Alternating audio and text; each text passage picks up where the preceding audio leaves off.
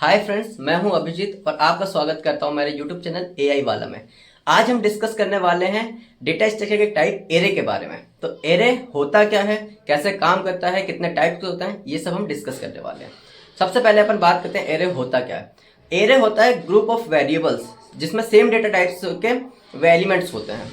जैसे अगर इंटीजर का आप यूज कर रहे हो तो सारे एलिमेंट्स जितने भी रहेंगे एरे के अंदर वो सब इंटीजर टाइप के रहेंगे। आप कैरेक्टर यूज कर रहे हो तो सारे एलिमेंट्स जितने भी रहेंगे एरे के अंदर वो सब कैरेक्टर रहेंगे। इसके बाद एरे की इंडेक्सिंग जो होती है वो हमेशा स्टार्ट होती है जीरो के साथ में, या किसी भी लैंग्वेज में आप यूज कर सकते हो। और एरे जो है वो हमारा लीनियर डेटा स्ट्रक्चर के अंदर आता है। ठीक है। इसके बाद एरे की जो मेमोरी लोकेशन होती है वो एक सीक्वेंस में होती है, कंटिन्यूस मैनर में ये अपने मेमोरी कंज्यूम करता है। अगर हम बात करते हैं एरे के टाइप्स की, कितने टाइप्स के होते हैं, तो दो टाइप के वैसे मेनली एरे के टाइप होते हैं। पहला होता है 1D एरे, दूसरा होता है 2D एरे, या इसको अपन मल्टी डायमेंशनल एरे भी बोल देते हैं। ठीक है। तो चलिए अब हम देखते हैं कि हमें एग्जाम में कैसे क्वेश्चन अटेम्प्ट करने हैं, कैसे उसके आंसर्स लिखने हैं। ठीक है। आपको जब भी एक बात का ध्यान रखना है, जब भी आप क्वेश्चन अटेम्प्ट करो एरे का या कोई भी क्वेश्चन अटेम्प्ट करो तो आपको हमेशा आंसर पॉइंट वाइज लिखना है, जिससे एक फोकस बनता है, एक अट्रैक्टिव दिखता है वो आंसर। ठीक है। तो अब देखते हैं हम पॉइंट्स कौन कौन से हमें ऐड करना है एरे के अंदर। सबसे पहले होता है array is a collection of variable of same data types that share a common name. Array क्या है? कलेक्शन है वेरिएबल्स का जो कि सेम डेटा टाइप्स का होता है, जिसमें सारे डेटा टाइप जितने भी रहता है डेटा रहता है वो एक सेम डेटा टाइप का होता है। इसके बाद सेकंड पॉइंट है array is an ordered set which consist of fix number of elements. एक ऑर्डर सेट है एरे जिसमें फिक्स नंबर, हम पहले तो फिक्स कर देते हैं एरे का साइज कि कितने इसमें एलिमेंट्स आने हैं। ठीक है। इसके बाद थर्ड पॉइंट आता है array is an example of linear data structure. हम सबने आपने प्रीवियस वीडियो नहीं देखी तो आप जाके देख सकते हो। हमने उसमें पढ़ा था कि एरे किसके अंदर आता है? लीनियर डेटा स्ट्रक्चर के अंदर। स्टैटिक होता है, स्टैटिक मेमोरी लोकेशन होती है जिसमें आपका एरे का स्ट्रक्चर, उसका मेमोरी लोकेशन और साइज फिक्स हो जाता है पहले कंपाइल टाइम में। ठीक है। फोर्थ पॉइंट आता है हमारा indexing of array is always start with zero. Array की जो इंडेक्सिंग होती है वो हमेशा जीरो से स्टार्ट होती है। अगला पॉइंट है array is a group of variable, जैसा हमने ऊपर पढ़ा है कि एरे हमारा ग्रुप ऑफ वेरिएबल होता है जिसमें हम बहुत सारे एलिमेंट्स एक साथ स्टोर कर सकते रख सकते हैं।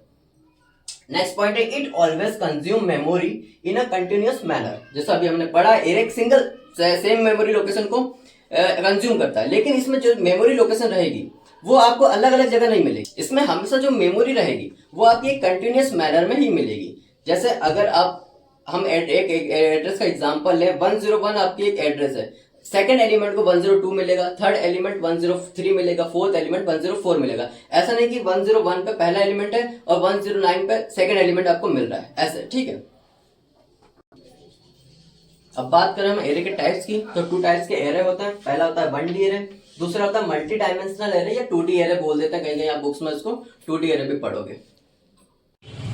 हाँ, तो अब हम देखते हैं एरे के डिक्लेरेशन के बारे में कि एरे को डिक्लेयर कैसे करते हैं। तो देखिए यहाँ पे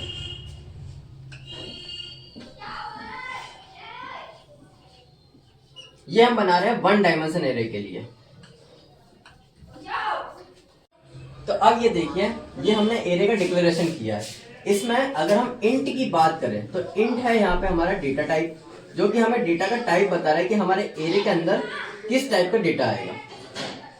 ठीक है। ARR यहाँ पे हो जाता है एरे वेरिएबल। अब इसमें जितने भी एलिमेंट्स है, जो 6 एलिमेंट्स आएंगे, ये सब इसी एक नेम को शेयर करेंगे, इस कॉमन नेम को शेयर करेंगे। ठीक है। और यहां पे इसकी बात करें तो ये हो जाता है एरे का साइज, एरे साइज। तो यहाँ पे एलिमेंट्स कितने आ रहे हैं? 6 एलिमेंट्स आ रहे हैं। तो देखो, अगर अब जैसे हम देखते हैं एरे एलिमेंट्स की अगर आप बात करते हैं, हमारे एरे का साइज है 6। ठीक है। 5 और 6। ठीक है। अगर हम मान के चलें कि इनमें एलिमेंट्स हैं इंटीजर टाइप के आएंगे, क्योंकि हमने डेटा टाइप का इंट दिया है। तो अब अगर हम इसकी इंडेक्सिंग देखें तो इंडेक्सिंग हमेशा यहां से स्टार्ट होगी, 0 से। इंडेक्सिंग कितनी आएगी? 0 to 5। अगर हमारे इसमें 6 एलिमेंट है तो इसकी इंडेक्सिंग 5 आएगी, मतलब n-1 यहाँ पे काम करेगा। यहाँ पे n क्या रहेगा? n रहेगा हमारे नंबर ऑफ एलिमेंट्स। ठीक है। ये है हमारे नंबर ऑफ एलिमेंट्स।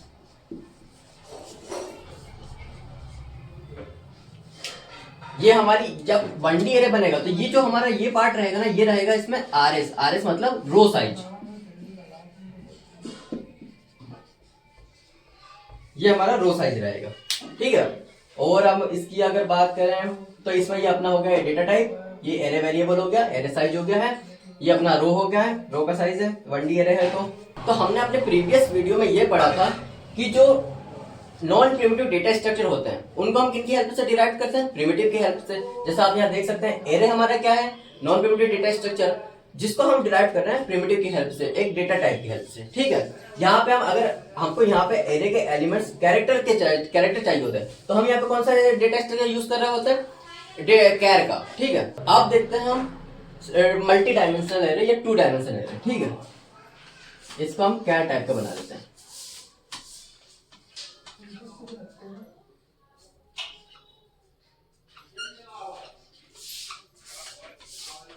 ठीक है। इसमें ये सेम हो गया, ये हो जाएगा हमारा डेटा टाइप, ये हो जाएगा एरे वेरिएबल, और ये अच्छा इसको 2 डायमेंशनल अपने को बनाना है,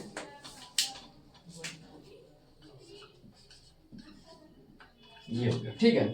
तो यहाँ पे अब 2 डायमेंशन क्या होता है, ये होता है रो साइज और ये आपका हो जाता है कॉलम साइज, ठीक। तो देखिए अब अगर हम इसका स्ट्रक्चर देखें तो यहाँ पे ये हो जाती है रो, ठीक है, और ये हो जाता है हमारे कॉलम, ठीक है। जो भी एलिमेंट्स आएंगे, अगर साइज की बात करें हम, एरे का साइज कितना रहेगा तो इसको हम कैसे कैलकुलेट करेंगे, RS इंटू CS, जिसमें ये हो गया अपना रो साइज, तो रो साइज हमारा यहाँ पे कितना है 5, ये हो गया हमारा कॉलम साइज कितना है 4 इंटू 5 इंटू 4 करेंगे तो ये हमारा आ जाएगा 20। तो हमारे एरे का साइज निकल के क्या आएगा 20।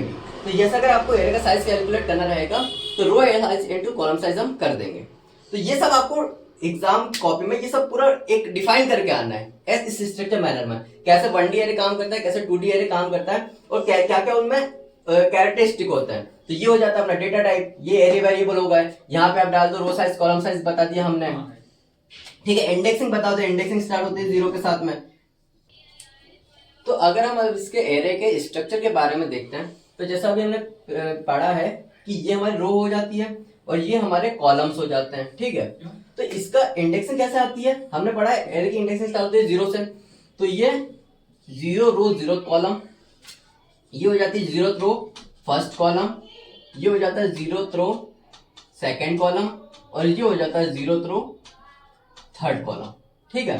ऐसे ही हम सेकंड में देखें तो ये हो गई रो नंबर हमारी कौन सी, सेकंड, तो एलिमेंट इसकी इंडेक्सिंग आ गई 1, ये हो गया हमारा कॉलम नंबर 0, ठीक है, कॉलम नंबर 1, रो 1 कॉलम नंबर 2, रो 1 कॉलम नंबर 3, थर्ड में क्या आ जाएगा ऐसे ही, रो 2 कॉलम नंबर 1, रो 2 कॉलम नंबर। तो इसी प्रकार अब आगे ये हो जाएगी हमारी रो 2 कॉलम 0, रो 2 कॉलम 1, रो 2 कॉलम 2, रो 2 कॉलम 3।